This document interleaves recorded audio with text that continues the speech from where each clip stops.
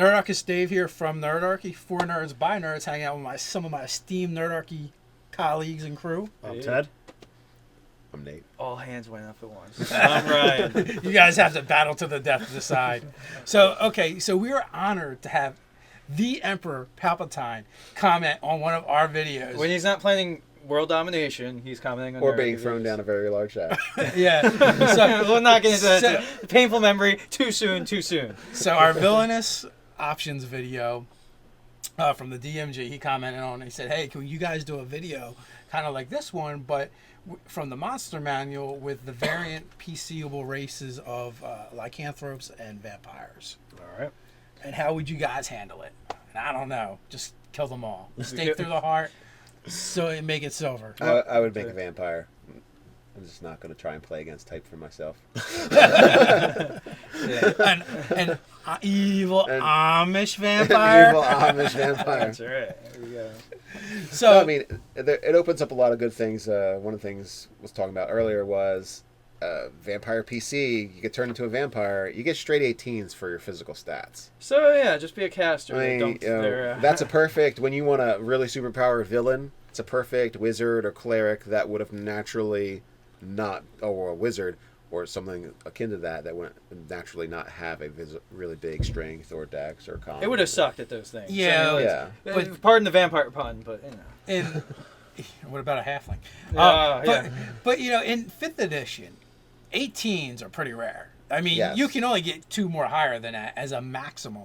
So even a warrior class is going to be like, oh wow, This is true. you got a big bump to 2 of your stats, and maybe not so much to 1. Right.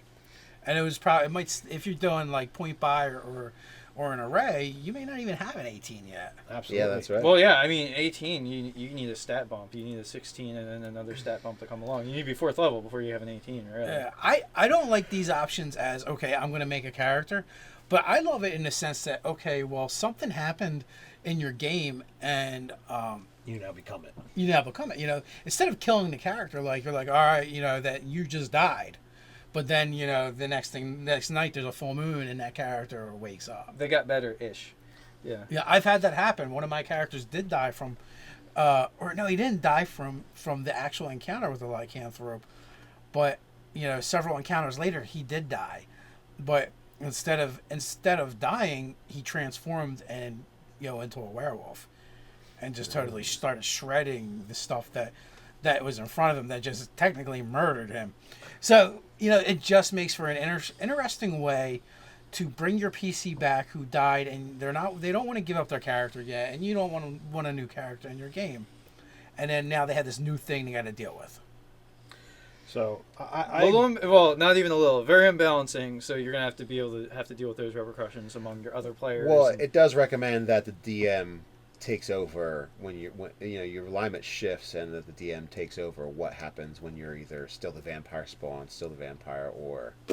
But I mean, you could also let the PC take over.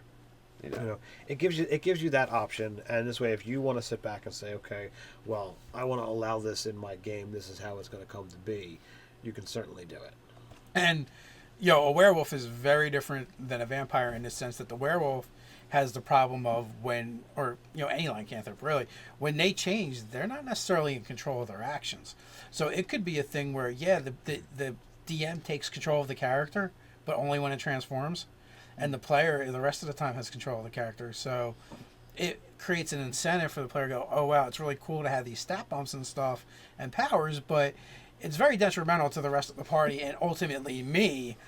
So we need to straighten this out somehow. Either I have to gain control or I have to get rid of this curse. Right.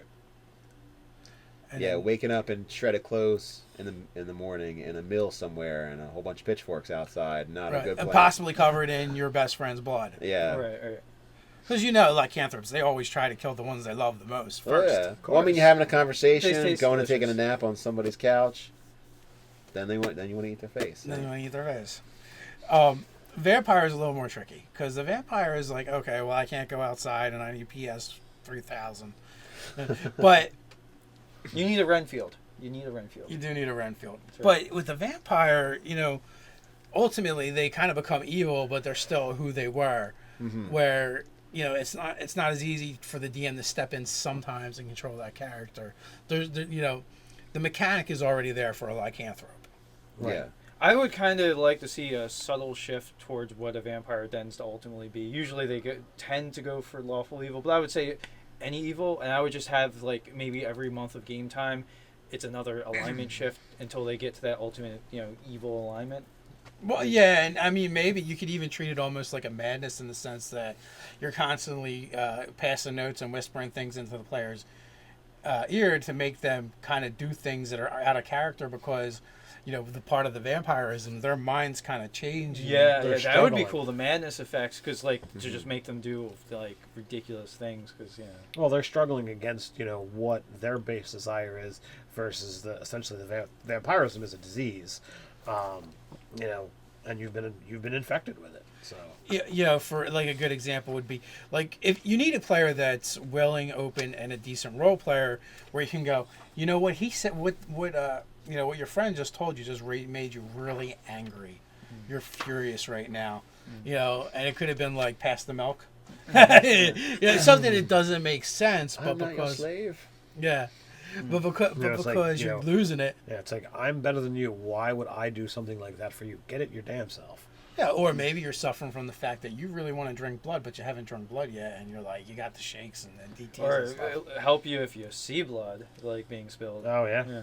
Like Yeah, in the you middle of start the counter, losing you it. just once instantly like somebody gets wounded, you just want to start like licking and sucking on the blood, sucking the blood out basically. Yeah, they're all like, "Oh, your wound. Let me. What's tend to going on for here?" the cleric? For the cleric, that would Yeah. be great. Oh my god.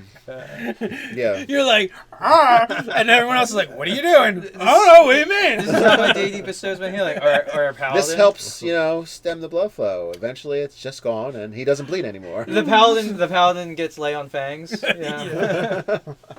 Fangs. Yeah. So that's from a player standpoint. From hey, this happened. Now, obviously, these are not options out the gate that I would let my players choose. Especially at a low level game. Yeah, I mean, unless you had something special going on, Or you wanted to play like the 5e take on World of Darkness, basically. that's a possibility. If everybody's, it's either everybody vampire and werewolves or nobody vampire and werewolves kind of thing for out the gate. Yeah. I mean, it might be cool to play a pack of lycanthropes. And then, it's not as a big deal. And then you have to deal with werewolf problems. Well, yeah, werewolf problems, and like, man, these terrible people keep trying to break into your lair and kill all of your friends and take your stuff. And what's with those pitchforks and torches all the time? Yeah. Well, I was just talking about adventurers. Yeah. But Yeah. you're just Yeah, trying to Let's live get your sold life. real quick. So if you've got a campaign built around allowing this from the beginning, it's absolutely just fine. I mean, especially because if you look at 5e and their lower stat tiers, none of the bonuses that the lycanthropes get are that ridiculous. So Yeah. I don't know. Yeah, I don't even know if it'd be that fun to play. Yeah. I don't know. And maybe for a little while. I think it'd get old after a while. It's like, it'd be a lot of work for the DM to come up with compelling storylines. Yeah, interesting and compelling storylines, I feel like. I mean, some of it would be, especially like, of the lycanthropes, I kind of feel like Werewolf is one of the better ones because there's the pack dynamic. Or the were-rat. Well, the were-rat works too. That's like your Yeah, like a scheming. It's like a swarm. roguey sort of like campaign. you got a bunch of were-rats in the sewer. But, I could see... You could do like Teenage Mutant Ninja Turtles, but with lycanthropes. And you've got a turtle master? Yeah, maybe. Yeah. But, they're Forward, going to be pack animals to really work well for a group dynamic. Mm. And there's always going to be the struggle, like, who's the alpha, who's in charge. And there could be political intrigue to go along with Although that. to assuage that, you could always make the alpha be an NPC. And like, yeah, he's like way above you. Like a like a patron. Of yeah, the yeah, pack. patron. He sends them on missions. Yeah. And I would say a lot of so you could do some of the standard adventuring fare, and then a lot of your other conflicts are like monster v monster. Sort Or of you know things. where this would be interesting too, or useful if you did like a take on Underworld. Right. Yeah, You could totally do that. yeah. That's what I was saying when I was doing World of Darkness. Like that's Underworld was totally like whole cloth like ripped from World of Darkness. So, Yeah, I like it better. Man. You just liked it better because they actually meshed it, whereas the rule systems don't mesh together. They don't. They're broken. That breaks my head. So we covered as if from the beginning how you'd have to work. It's a little tough, and then we covered you got turned into this thing, And then there's another aspect that we can look at too, and that's Nate's over there. He's already got the book open to villains. Yeah, the villains. How to reflavor a villain so you don't want to just use the generic vampire or the generic lycanthrope out of the book. Because vampirism and lycanthropy are both curses in a sense. They're either disease or it stinks to have it. Yeah. It changes your life pretty much. It's kind of like having kids. First it wrecks your body, then it wrecks your life. Well, I would say more like, you can having send your angry emails to nerdarchy@gmail.com or comment below. A terrible situation happens, a life-changing event, people die, you may have killed them, or they may be vampire spawn. But so it creates that dynamic necessary to make a really nasty villain. Having that loss, having that struggle, and then being like, you know what? Maybe I'm okay with this now. I'm kind of like mad at everything now because of what's happened. Well, they make really good villains because that element of humanity is still there. Like, you encounter a beholder or a dragon, they're foreign, they're alien. It's alien. You can't possibly understand what a creature like that is thinking or how it feels. But someone that was once a man. Yeah. It was once, like you can crawl around in their head for a little while, and that's not a good place to go. No.